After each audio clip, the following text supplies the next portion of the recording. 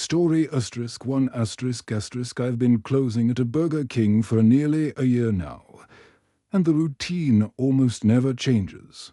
The drive-through gets a few stragglers past midnight drunks with slurred orders or families on long road trips, and the dining area is usually dead quiet. On a good night, I'll mop, refill the napkin dispensers, and clock out early. But last Thursday broke the pattern. I was dragging the mop across the tiles near the drink station, the only sounds being the freezer's drone and a low rumble of thunder outside. The storm had scattered what few customers we might have had. I thought I'd be out of there soon. That's when the front door chime jingled. I turned, expecting some straggler desperate for fries before we locked up. Instead, a child stood just inside the entrance, 6, maybe 7 years old, barefoot. Rainwater clung to his skin and soaked the torn shirt hanging off him. His hair stuck flat against his forehead, dripping steady rivulets onto the floor. His face was angled down so sharply I couldn't make out his expression. "Hey, buddy," I said, keeping my voice calm. "You lost or something?" No answer. Slowly, he reached behind his back and pulled out a jump rope braid. Knotted. Without looking up, he began to hop across the dining room chairs, humming under his breath. The sound froze me in place. It wasn't just off-key, it was wrong. Like a nursery rhyme reversed and filtered through broken wind chimes, every nerve in me prickled. Why was a kid wandering into a fast food joint during a thunderstorm, playing games like nothing was out of place? "Kid, are you okay?" I asked again. A flash of lightning lit the windows.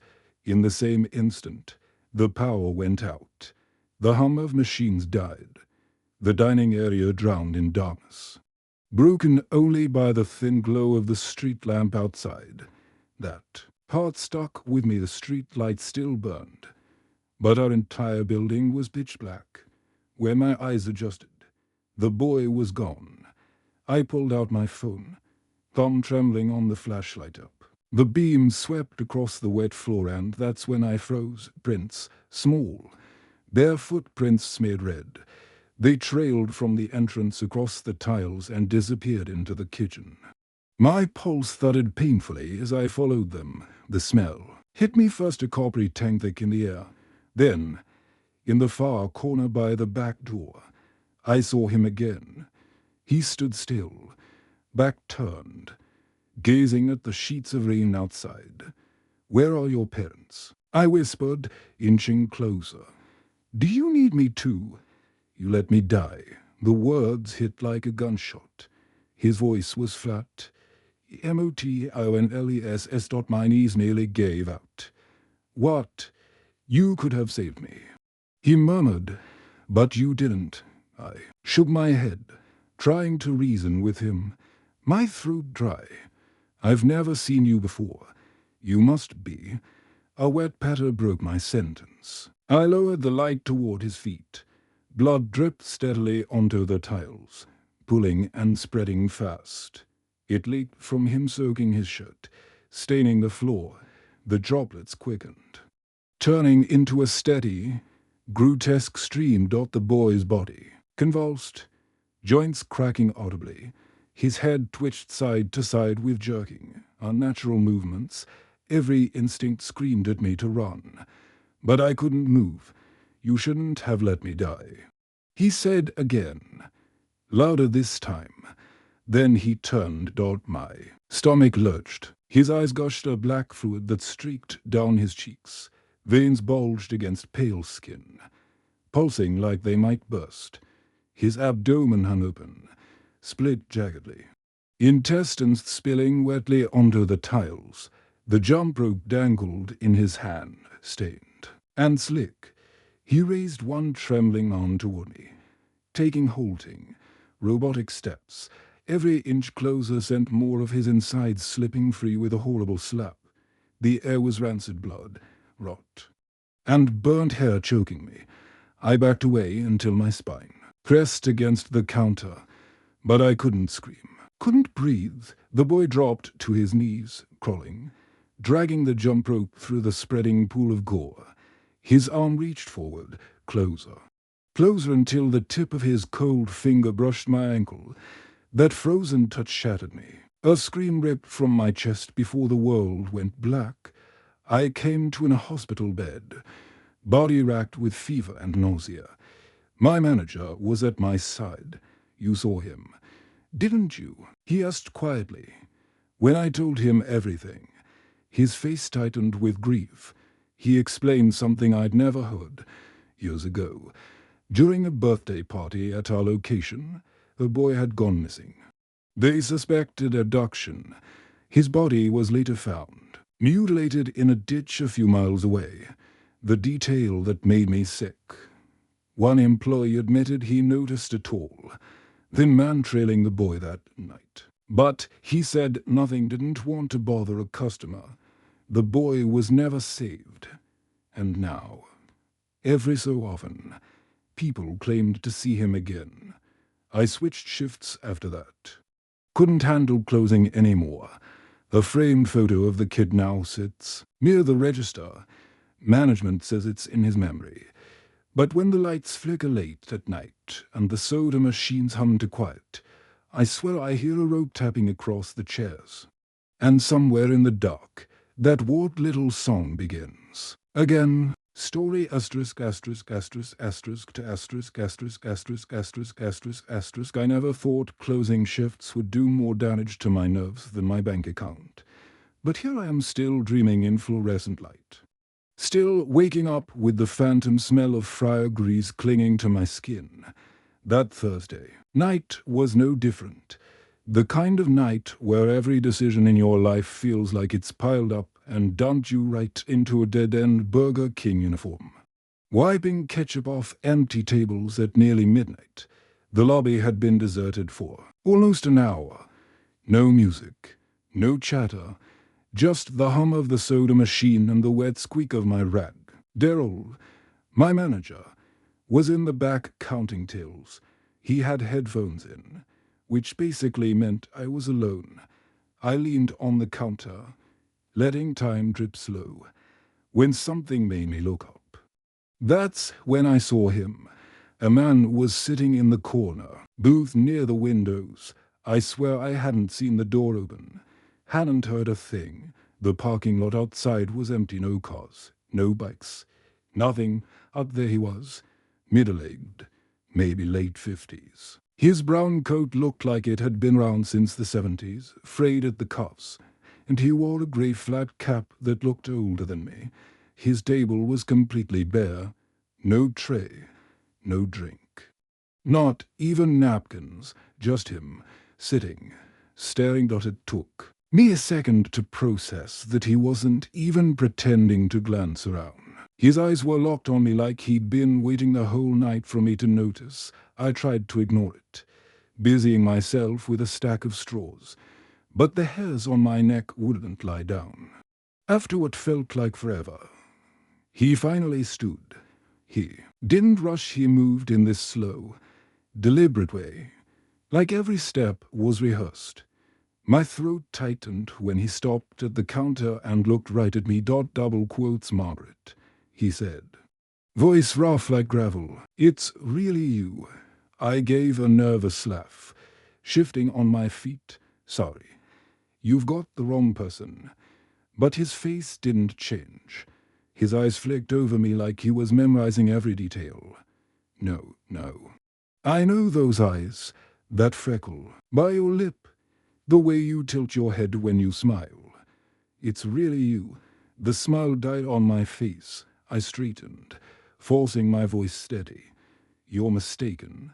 My name's Maria. His lip twitched, like the word didn't register, and then out of nowhere tears welled up in his eyes. You always do this, he whispered, shaking his head. You pretend not to know me. You laugh later. Say it was all some cruel joke. Why do you torment me like this? A knot tightened in my gut. His voice cracked with something more, something unstable. And just as quickly, the tears warped into laughter, dry, mechanical laughter that scraped against the quiet restaurant like sandpaper. I stepped back. "Sir, please." He cut me off, his voice snapping like a whip. "You remember the lake house, don't you? The tin roof, the red blanket. You'd curl up in my lap while the rain sang us to sleep. You swore you'd never leave me." His voice rose with each word, growing louder, sharper. "I'd never been to a lake house in my life." My chest tightened. "Sir, you need to leave. My manager's in the back." That's when he slammed something onto the counter. I jumped, my heart skipping. It was a photograph, faded and creased at the corners. A woman stared out from it, pale skin, dark curls, spilling over her shoulders, wide eyes that seemed almost too large for her face. She looked nothing like me, but his gaze shone with reverence as he pressed his fingertip against the photo. Then he looked up at me, desperate, feverish.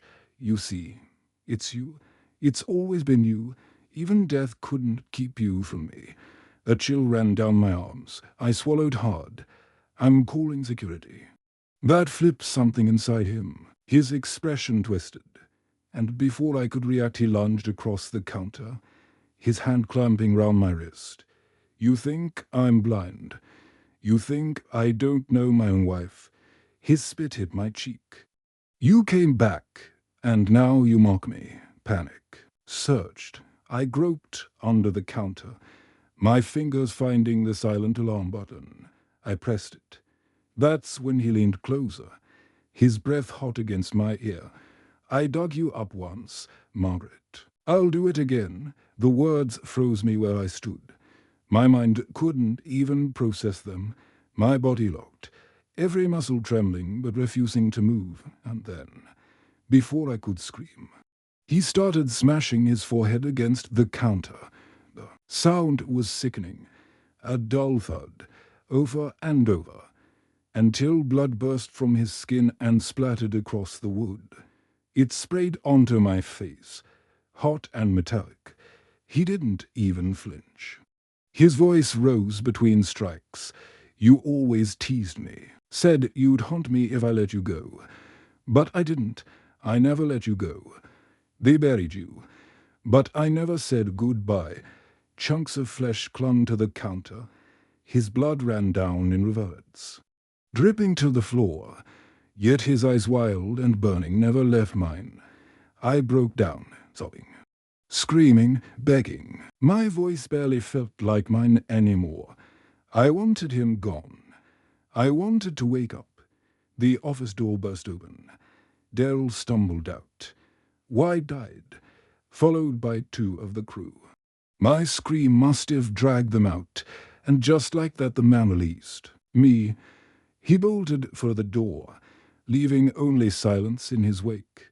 The photograph vanished with him, but on the counter, right where he'd placed it, sat a small weathered ring box.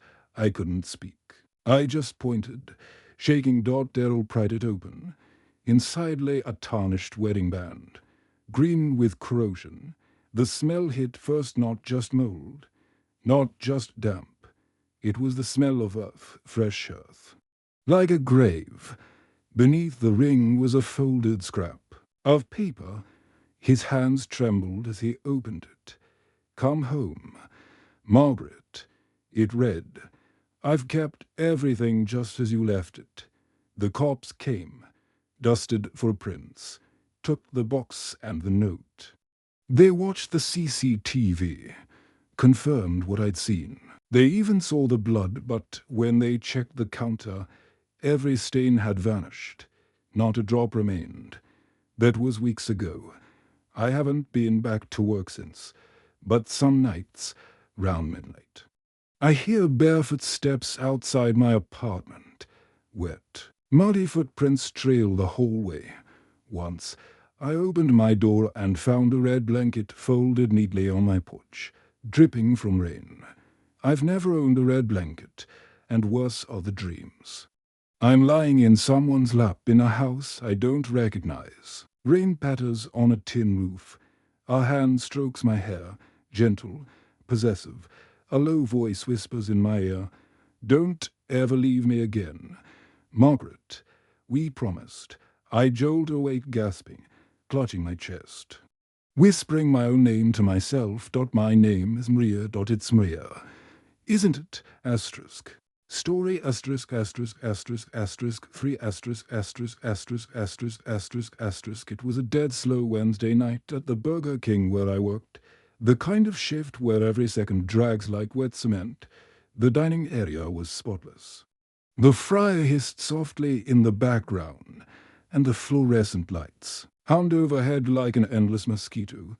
We were only 30 minutes away from closing, and I was already thinking about what frozen pizza I'd nuke when I got home.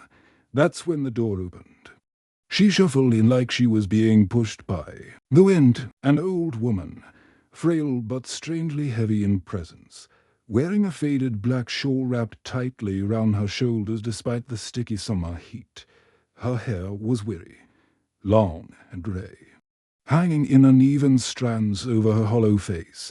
She never looked directly at me, just kept muttering something under her breath as she walked toward the counter.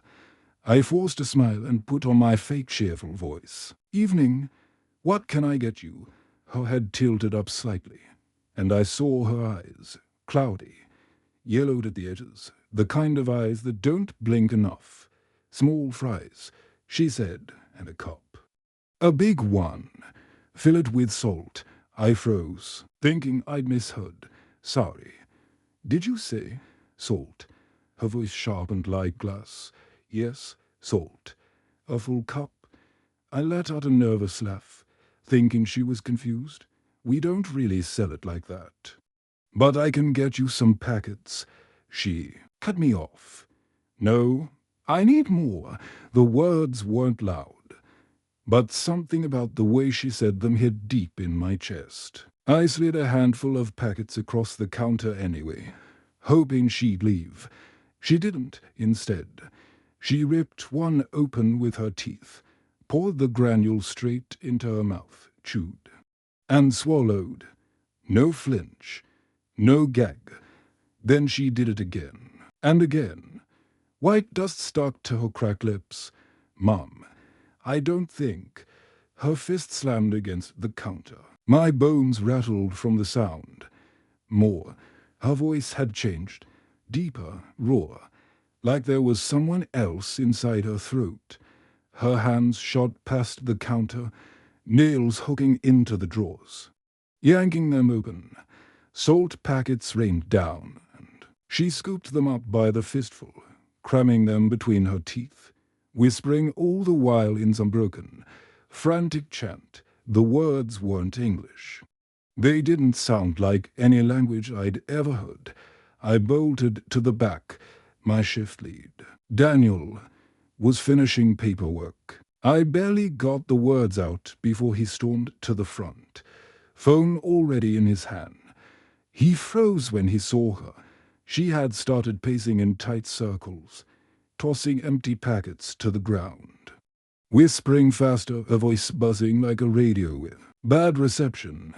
Then, without warning, she shrieked. It wasn't human. It was the kind of sound that makes your heart skip and your stomach twist. She lifted one of the light plastic dining chairs like it was nothing and hurled it at the soda fountain. The machine dented with a sharp crack. Daniel yelled for me to stay back, still trying to get through to the police. And then silence. She was gone. No footsteps. No door chime. Just gone. What was left behind was worse. Treaded salt packets blanketing the tile floor, and deep gouges carved into the counter. Claw marks like a wild animal had been loose inside. The cops showed up maybe 10 minutes later. They asked their questions, checked the cameras, and whispered theories to each other about drugs, or dementia, or homelessness. But I could tell they didn't believe their own words. They looked uneasy, like they didn't want to think about it any longer than they had to. We closed up in silence. I just wanted to drive home. Forget it. But when I stepped outside, I froze. On the hood of my car was a mound of salt, perfectly poured into a pyramid shape, glistening under the parking lot lights, and scratched into the paint with something sharp, maybe even fingernails were the words. It eats without it. My hand shook as I fumbled with my keys. I was about to get in when someone grabbed my shoulders hard from behind. I spun round. It was her. The old woman's face was inches from mine. Her mouth stretched impossibly wide. The inside was raw and blistered. Her gums bleeding. Teeth blackened stumps. The stench of rot and iron rolled out of her throat as she let out a low growl. Too long and too steady to belong to a human being. I couldn't even scream. My knees nearly buckled as she leaned in closer, her tongue white with grains of salt, stuck to it. Then, suddenly, she slapped me hard across the mouth. My vision blurred, my lips split open, and before I could react, she darted into the tree line at the edge of the lot. Swallowed by the dark, I don't remember the drive home. I just remember the silence in my apartment, broken only by my own shaking breaths. I never worked another night shift again. Daniel started getting phone calls after that, numbers he didn't recognize. Whenever he picked up, there was no voice, just whispering, always the same two words: more salt. Another coworker swore he saw her once, standing across the street from his building, watching, just watching. We don't bring her up anymore. Everyone else calls her a crazy woman, some addict who wandered in off the street. But I don't, because some nights, when the wind's right, I hear her outside. Not an animal, not a person, just that same broken human trying to speed and animal howl, and always the sound of something crunching salt.